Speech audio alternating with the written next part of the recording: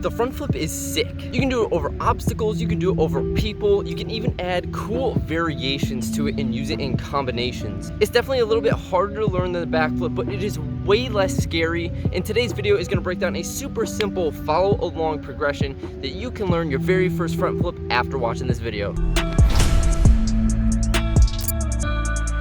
Alright everybody, what is going on? Welcome back to another tricking tutorial summer 2022. If you haven't been following along the series already, we have tricking tutorials coming out every single Tuesday. Last week we covered the backflip, so if you don't know how to backflip and you want to go check that out, or maybe just tweak yours, make it a little bit better, I'll link it right here. Make sure you go check it out. The super in-depth video, you're gonna love it. Alright, so today we are gonna be breaking down the front flip. I'm gonna be giving you a follow along progression. You don't need to know how to do another flip before you learn this. This was actually the first flip that I learned how to do. And you don't need mats, you don't need a spotter, you don't need a coach. All you need is a little bit of determination, and let's get into it. All right, so there are 4 key steps to every front flip. You have the run up, you have the block, you have the tuck, and then you have the untuck. Now we're gonna break down how you can work on each of those individually in a little bit, but first we're gonna get into the progression, so let's go. As always, if you find this content helpful, make sure you give me a thumbs up so I know I'm doing a good job. Comment down below what tutorial you wanna see next week, and if you wanna help support the channel, make sure you check out the description. Get yourself one of these authentic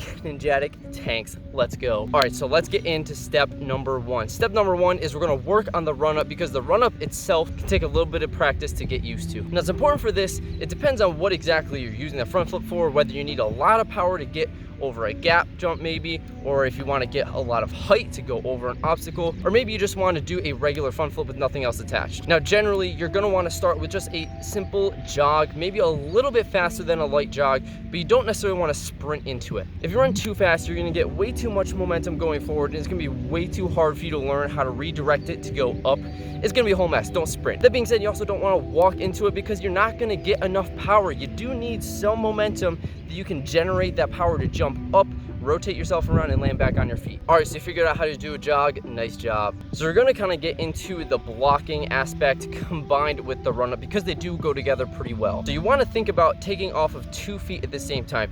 When you do the front flip, you want to punch the ground with both of your feet at the same time. Again, this is not a variation. This is your standard like punch front flip. All right, you need to be taking off both feet at the same time. So when you end the run up, you need to land on 2 feet. So pick whichever foot you want to take off of to push off that 1 foot and land both your feet together at the same time. Now for me personally, I like to take off my right foot, and I do this kind of underarm swing as you generate that momentum. So as I'm jumping off of my right foot and landing on both feet, I'm swinging my arms up, kind of this circular motion. So when I land on both feet, both of my arms are up above my head, and I'm ready to go into flip. That is the second part that I want to touch on. So it's very important. Make sure your arms are already above your head in order to do this flip. A lot of people are going to try and throw their arms up as they're jumping into it. You can do that, but it's probably going to be the easiest if you learn the traditional punch front flip. So remember, you want to set with both feet taking off the ground at the same time, your arms already up above your head, and then you're ready to throw into the tuck. All right, so this transitions straight into the second step, which is blocking.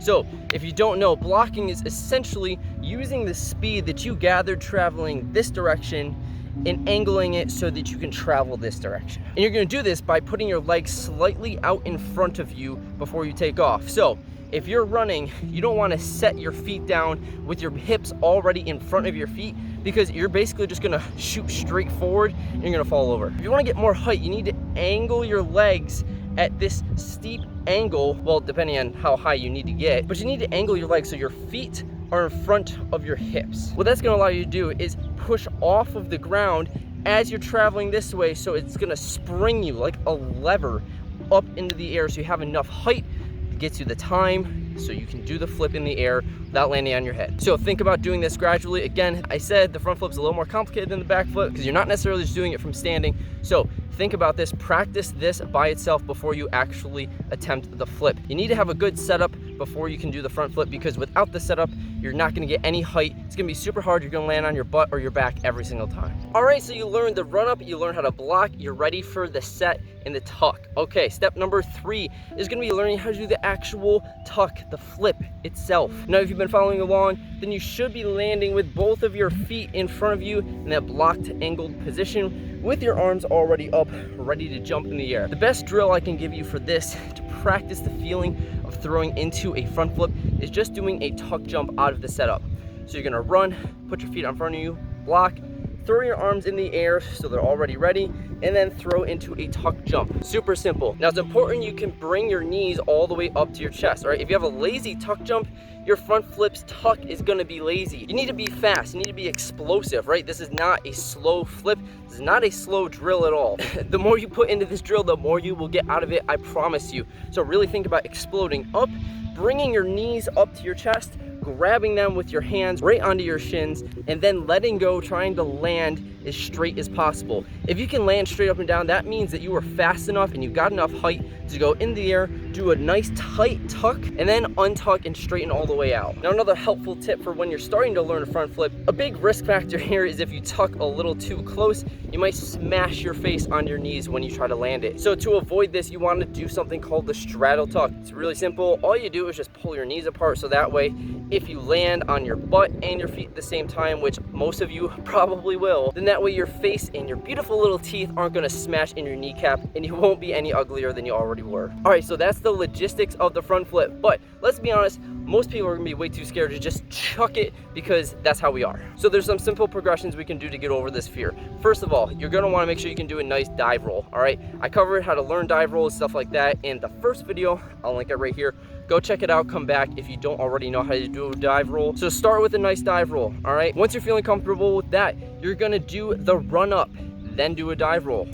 Easy. Then what I want you to do is start progressively going more and more up and then back down. So instead of shooting forward like you do for most dive rolls, think about it more like you're setting for the front flip, right? So you're still running, you're still blocking, you're still having your arms set up above your head, but instead of doing a front flip, you're just doing a nice tall dive roll. Pretend like you have an obstacle, or use an obstacle, like maybe just even a shoe, something small on the ground. Practice diving over that obstacle. All right, so if this is feeling too easy, we're gonna learn a modified one-handed front handspring. So basically you're gonna run up using the same method that we talked about before. You don't necessarily need to block for this. This is just to get you over the fear of going upside down over your head. You're gonna run, put your hands on the ground, and try and kick your feet all the way over, all right? So think about it like a really fast dive roll. You're really driving those legs up behind you. Now again, this isn't necessarily a front handspring. Front handsprings are gonna look a lot different than that. They're gonna look a lot cleaner than that. This is literally just a little makeshift drill to turn the dive roll into almost like a front handspring type of thing, specifically to get you over that fear. Once you're feeling more and more comfortable with that, you should basically be doing what I just showed you, which is basically like a really crappy front handspring where you're just kind of like tapping your hands down and you're still committing to going upside down over your head. At this point, we've reached the final step, guys. You just need to commit. You need to send it. If it's more helpful, you can use a mat.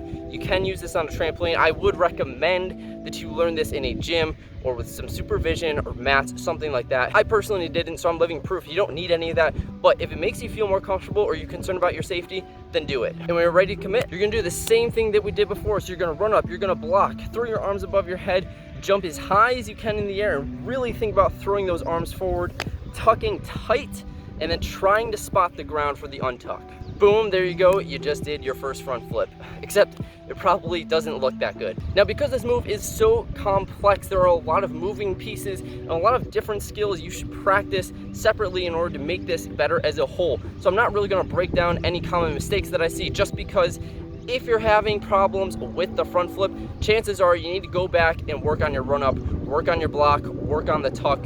One of those three is most likely contributing to a problem if you're landing really low and crouched like this, or if you're traveling too far forward like this. Now, if you do want to see a video where I break down common mistakes that people make in the front flip, make sure to let me know in the comment section, and I will 100% do that. In the meantime, I hope you enjoyed the video. Make sure you give it a thumbs up if you found it helpful, because I got a new tutorial coming out every single week. Again, if you haven't already learned the backflip and you want to learn it, check this video out right here. It's gonna be even easier to learn than the front flip. I promise you can do it. Anyways, that's about it for today. Make sure you subscribe so you don't miss another tutorial, and I will see you in the next video. Peace out.